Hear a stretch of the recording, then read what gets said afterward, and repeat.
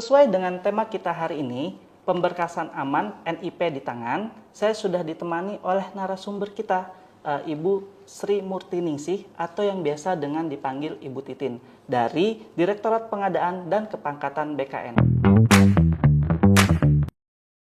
Selamat datang Bu Titin, apa kabar Bu? Terima kasih Bu Mas Edo, Ya. Alhamdulillah kabar baik. Oke, nah Bu, kalau sudah 100% submit berkas DRH, apakah otomatis menjadi ASN Bu? Nanti dulu dijawabnya.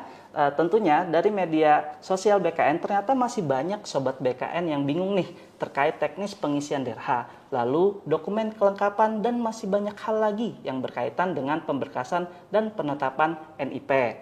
Nah, biar nggak bingung, tonton terus obrolan kami sampai akhir dan jangan lupa untuk like, komen, dan subscribe channel YouTube kami. Oke, baik. Bu Titin, kita mulai ya. Langsung, pertanyaan tadi Bu, balik lagi. Emang kalau udah pemberkasan, apakah otomatis mendapatkan NIP Bu dan jadi ASN langsung? Belum tentu Mas Edo, karena memang walaupun sudah lulus sampai dengan tahap akhir, tetapi kan masih ada proses ya. Proses usul penetapan NIP yang tentunya dilakukan sesuai dengan jadwal yang dikeluarkan oleh Panselnas. Jadi artinya di dalam proses itu masih ada proses-proses selanjutnya. Karena perlu validasi, verifikasi yang dilakukan oleh instansi dan kami dari tim BKN. Oh, berarti kalau sudah pemberkasan tuh nggak otomatis jadi ASN ya Bu? Harus ada syarat-syarat atau proses lagi yang harus dilalui? Iya, betul sekali. Karena memang sesuai dengan regulasi yang ada di kita, Perban BKN nomor 14 tahun 2018 untuk petunjuk teknis PNS dan Perban BKN nomor 1 tahun 2019 Jungto Perban BKN 18 tahun 2020 petunjuk teknis P3K. Di situ ada ketentuan atau syarat administrasi yang harus dipenuhi oleh calon aparatur sipil negara untuk diusulkan penetapan NIP-nya ke BKN. Oke. Nah Bu, apa aja sih informasi yang wajib diisi teman-teman nih dalam pengisian DRH CASN Bu? Jadi Sobat BKN semuanya bahwa di dalam pengisian DRH ini tentunya teman-teman harus mengisi dulu ya di SSCASN, di RH itu harus diisi. Data-datanya harus diisi semuanya. Di situ ada data riwayat pribadi, data riwayat pendidikan, data riwayat keluarga, kemudian ada data lain yang harus diisi. Nah, silahkan nanti teman-teman semuanya mengisi melalui SSCASN, kemudian baru di-download, kemudian nanti bisa di PDF baru di-upload kembali. Nah, itu untuk pengisian DRH-nya ya. Terus SKCK sendiri Bu, itu fungsinya apa sih Bu?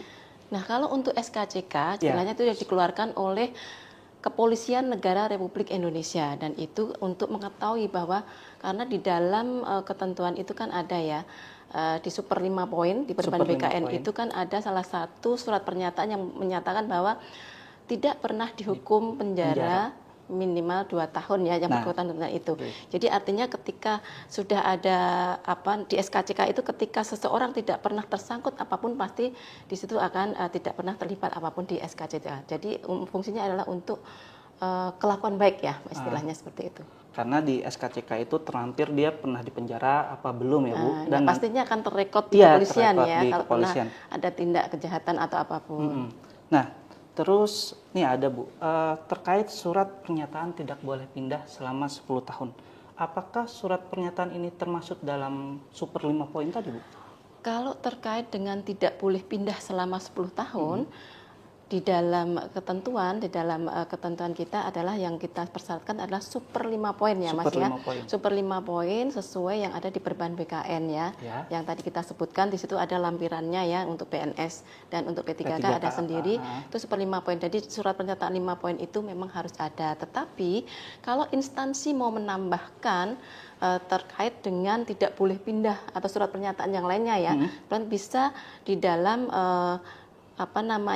dokumen yang berbeda tetapi di PDF-kan dalam satu file, nanti bisa di-upload, diunggah di file yang untuk surat pernyataan 5 poin itu. Oh, berarti jika ada instansi yang menambahkan lebih dari 5 poin, itu dimungkinkan saja ya Bu. Dimungkinkan. Tapi nanti untuk proses penguploadannya itu dijadikan satu file untuk diunggah dalam satu kolomnya itu. Ya, seperti jadi itu ada ya. dua surat pernyataan ya, dalam- itu surat pernyataan 5 poin, kemudian ada surat pernyataan satu lagi diunggah dalam satu file. Oke. Itu bisa, kemungkinan memang bisa seperti itu. Ya. Oke. Nah, Bu, kalau dalam pengisian DRH nih, Bu, kan kita ada diminta dokumen-dokumen tertentu.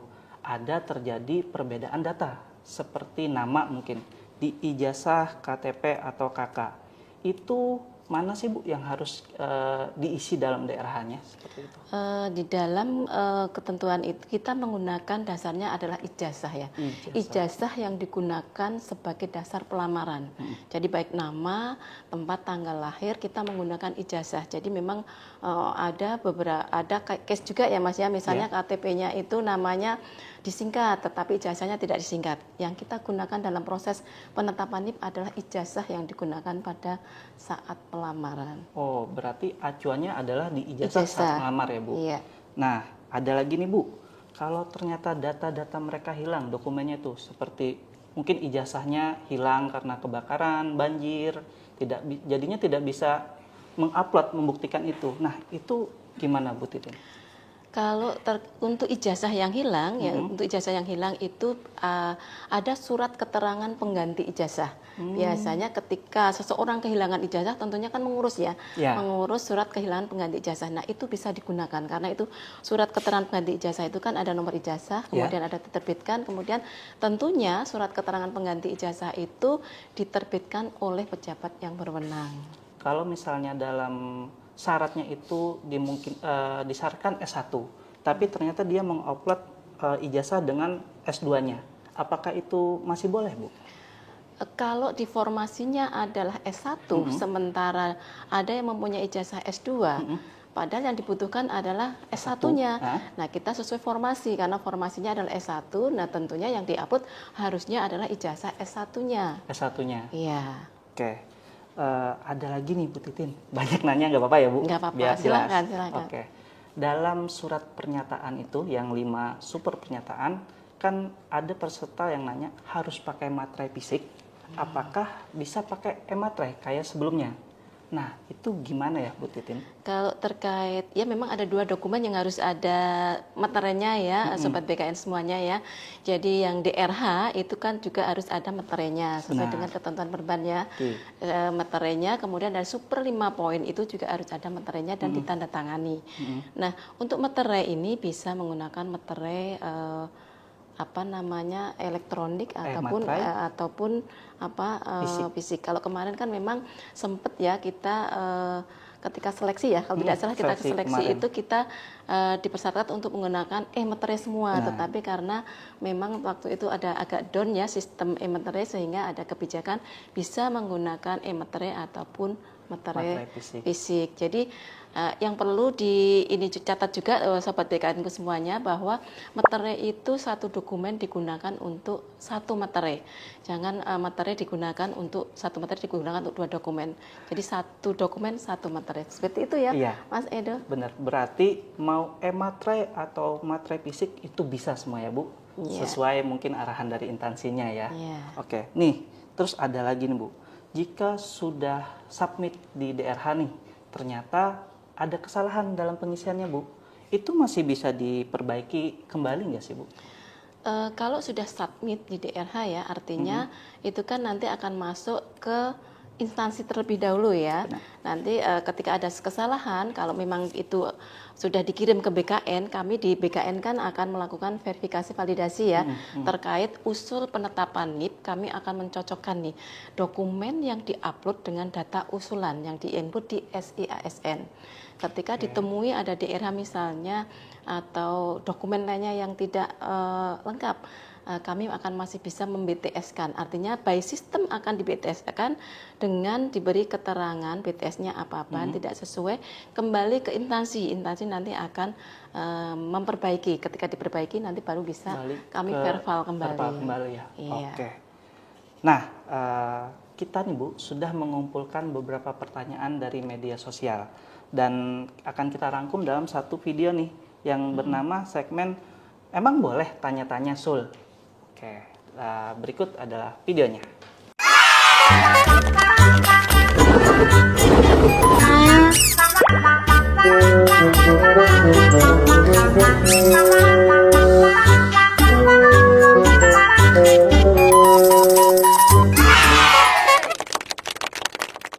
Baik, Bu Titin, pertanyaannya.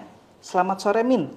Izin bertanya, jika surat sehat rohani di RSUD, namun status dokter yang menandatangani masih SIP, belum NIP, apakah tidak masalah? Karena instansi saya menjawab tergantung pengajuan di BKN. Nanti mempermasalahkan atau tidak ya, Min? Gimana tuh, Bu? Untuk terkait dengan surat keterangan sehat jasmani rohani ya Mas, bahwa itu yang dikeluarkan, yang ditandatangani ya oleh dokter yang berstatus PNS dan dokter yang bekerja di unit pelayanan kesehatan pemerintah. Artinya kalau tadi disampaikan oleh pertanyaan ini bahwa dia dari RSUP ya, itu berarti kan rumah sakit umum pemerintah. Rumah sakit umum Jadi artinya bisa masih dibolehkan ya berarti ya, Bu. Sobat BKN, untuk surat kesehatan jasmani dan rohani bisa dikeluarkan oleh dokter yang berstatus PNS yang mempunyai NIP dan juga dokter-dokter yang bekerja di unit pelayanan kesehatan pemerintah. Begitu ya, Bu Titin? Iya. Pertanyaan kedua nih. Maaf, Min, izin bertanya, apakah hasil tes kesehatan dapat mempengaruhi kelulusan pemberkasan? Misal, tekanan darah saya tidak normal, tapi hasil pemeriksaan dikatakan cakap atau sehat. Apakah akan menjadi permasalahan? Itu surat keterangan sehat jasmani ya. Jadi sesuai dengan ketentuan yang ada bahwa surat keterangan sehat jasmani itu dikeluarkan oleh dokter tadi ya. Artinya surat keterangan yang dikeluarkan oleh dokter itu bisa kita gunakan ya Pak ya, bahwa dokter sudah memeriksa, kemudian dia dinyatakan sehat, cakap jasmani kan artinya itu tidak bermasalah karena tidak ada catatan-catatan khusus ya. Berarti masih dianggap mampu dan cakap jasmani rohaninya. Nah, ada lagi nih Bu Titin. Min, kalau saya disabilitas, surat kesehatannya seperti apa ya? Kalau surat kesehatan itu kita persyaratannya adalah sehat jasmani dan rohani ya Pak ya. Jadi secara umum dalam pemberkasan penetapan NIP ini yang dipersyaratkan secara administrasi adalah kesehatan jasmani dan rohani. Artinya sama dengan apa yang berlaku untuk yang non disabilitas. Berarti masih surat kesehatannya perlu apa tidak usah Bu untuk yang disabilitasnya? Harus Mas, karena Harus kan juga memang ya? di perban kita berbunyi bahwa syarat usul pemberkasan penetapan NIP itu ada beberapa ya. Tadi ada pas foto, kemudian ada ijazah dan transkrip nilai, kemudian ada isi DRH, kemudian ada SKCK, surat keterangan sehat jasmani rohani, kemudian ada surat super 5 poin, kemudian bebas nafsa, kemudian ada SPRP. Nah itu yang harus dipenuhi semuanya. Sama, oke. Iya. Baik, Sobat BKN, berikut tadi penjelasan dari Ibu Titin ya terkait pemberkasan DRH. Pertama, Sobat BKN harus memenuhi syarat-syaratnya dulu tadi ya Bu, seperti ada pas foto berlatar warna merah, transkrip nilai dan ijazahnya ya Bu, terus ada pengisian DRH, 5 pernyataan super tadi ya Bu, super 5 poin, SKCK, dan surat keterangan sehat jasmani, rohani, serta bebas nafsa ya Bu.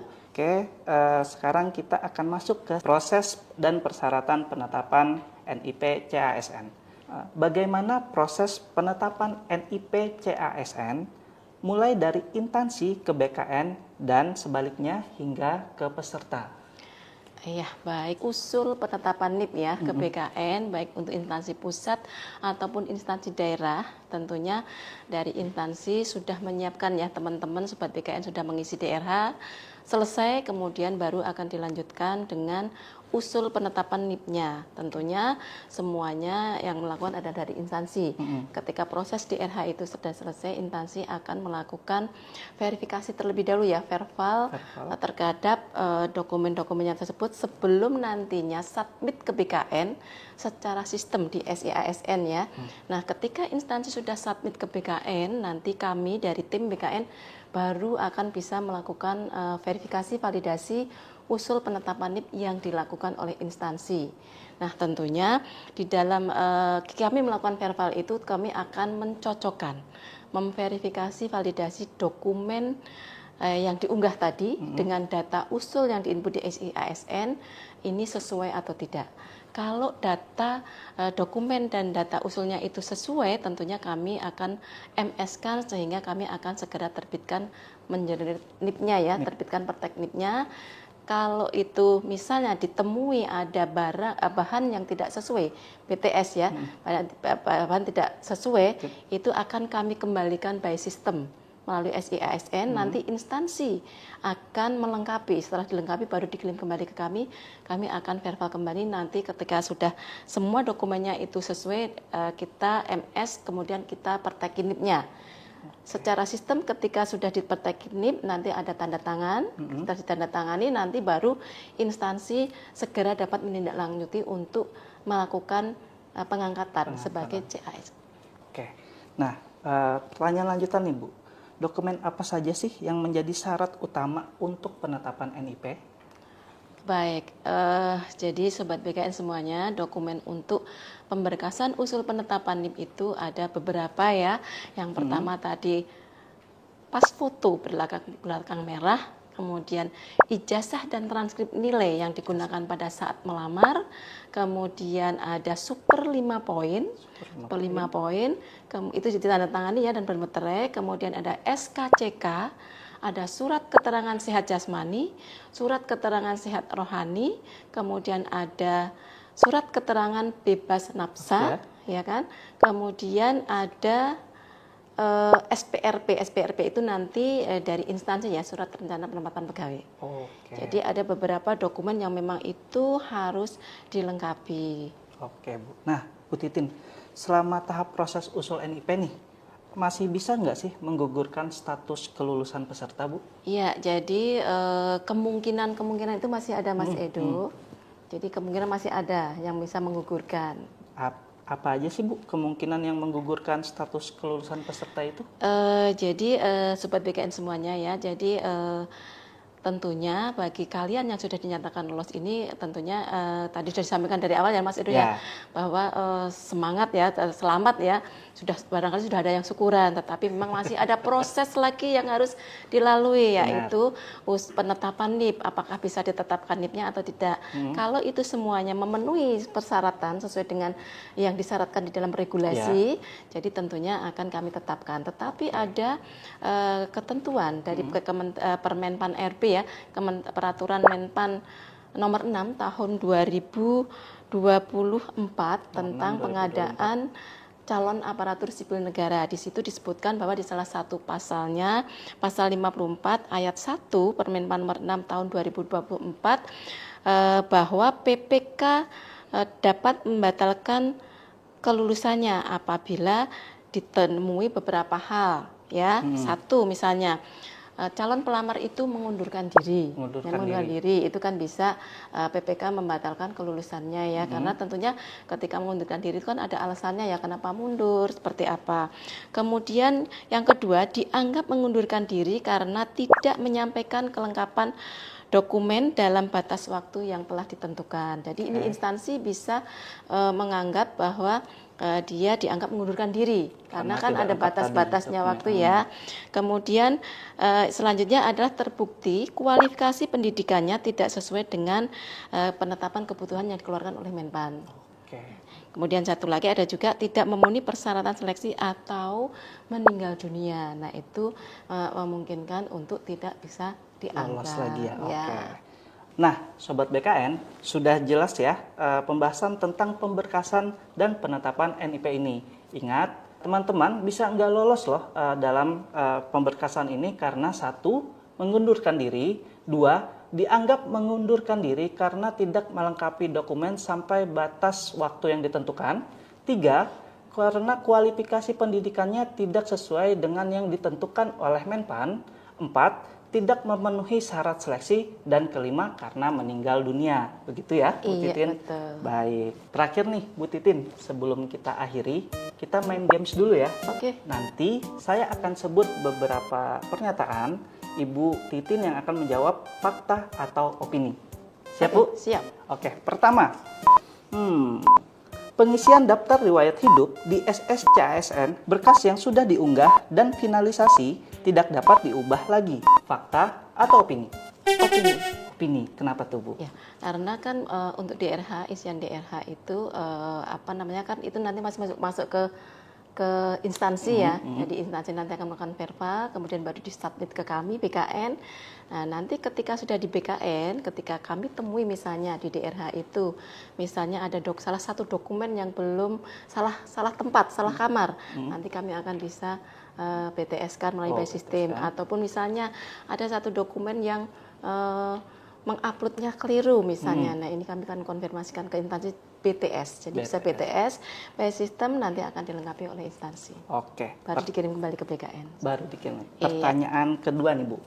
Penetapan NIP dilakukan oleh masing-masing instansi tempat calon ASN melamar. Opini atau fakta? Opini ya, Opini. karena untuk penetapan NIP itu yang menetapkan NIP adalah BKN, Mas. Oh, penetapan. Jadi usulannya adalah dari instansi. Instansi mengusulkan ke BKN, nanti yang menetapkan NIP-nya adalah BKN. Oke. Terakhir nih, Bu. Proses penetapan NIP oleh Direktorat Pengadaan dan Kepangkatan BKN lebih cepat dengan adanya digitalisasi sistem pemberkasan. Fakta atau opini? Fakta. Fakta. Karena Kenapa tuh, Bu? memang digitalisasi ini akan mempercepat ya, mempercepat kita dalam proses verifikasi validasi, karena kita tidak bisa melakukan dimanapun pekerjaan itu ya, karena kalau dulu masih dengan non digitalisasi masih sama berkas, artinya itu kan akan memakan waktu lama, jadi lebih efisien, lebih cepat, sehingga bisa prosesnya akan lebih cepat. Lebih satset berarti ya, Bu? Satset. Satset. Oke.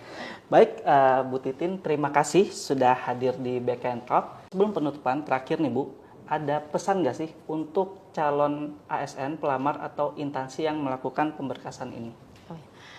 Baik, terima kasih Mas Edo dan Sobat semua BKN, bahwa saat ini kan masih proses pengisian DRH ya untuk CPNS. Nah, artinya teman-teman semuanya, sobatku semuanya, untuk mencermati dokumen apa saja yang memang harus dilengkapi.